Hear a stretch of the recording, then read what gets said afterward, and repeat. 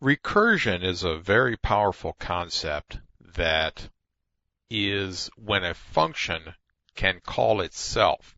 Some functions are not recursive just because of the way they're written, but most would be. And if you start out to create a function that will be recursive, that will wind up calling itself, there's a few things you need to be aware of. One, excessive recursion can cause great problems because you generally will be working within a limited amount of stack space. The stack can be overflowed or even underflowed if things are popped off incorrectly. That's generally not under your control, but you can overflow the stack with excessive recursion. Let's say that you're sorting a very large array or something like that, and you've written your own sort, your own recursive function which calls itself. Every time you do the call, more variables are pushed onto the stack, which is where you're setting up all of your locals and automatics, and you can wind up with an issue. You're probably not going to be doing that kind of coding for some time, if you ever have to get into that, but I just want you to be aware of it. But recursion is when a function calls itself. Now here we have right out of A&R a little function called printd. Now printd takes in an integer n, and it's going to print it out as a decimal. We know that printf does that for us, but we like to reinvent the wheel around here.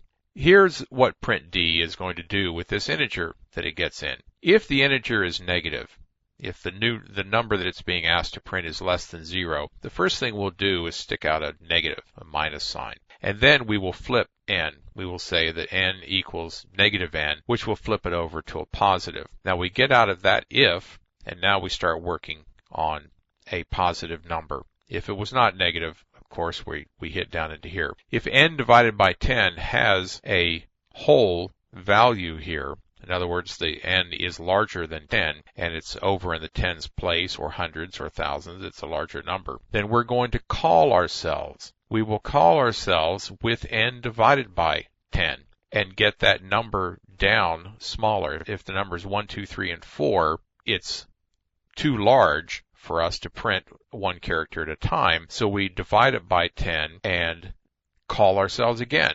Check it to see if it's 0, it's not. If it still can be cut down, we divide it by 10, call ourselves again and again until eventually we're dealing with a single digit. We're not dealing with a double-digit value. When that happens, we put char and modulo 10, so that's the remainder of n divided by 10, plus a character 0. A character 0 added to the actual value number will create the ASCII printable character.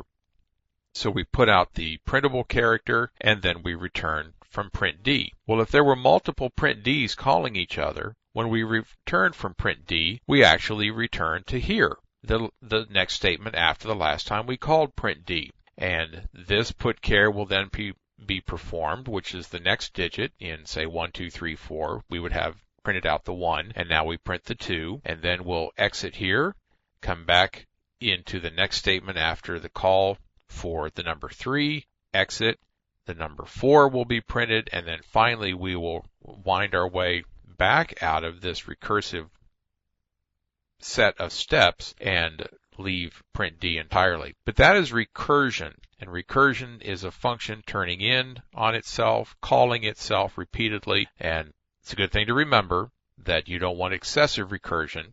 It can blow off the stack, and it's a very powerful part of C programming, though.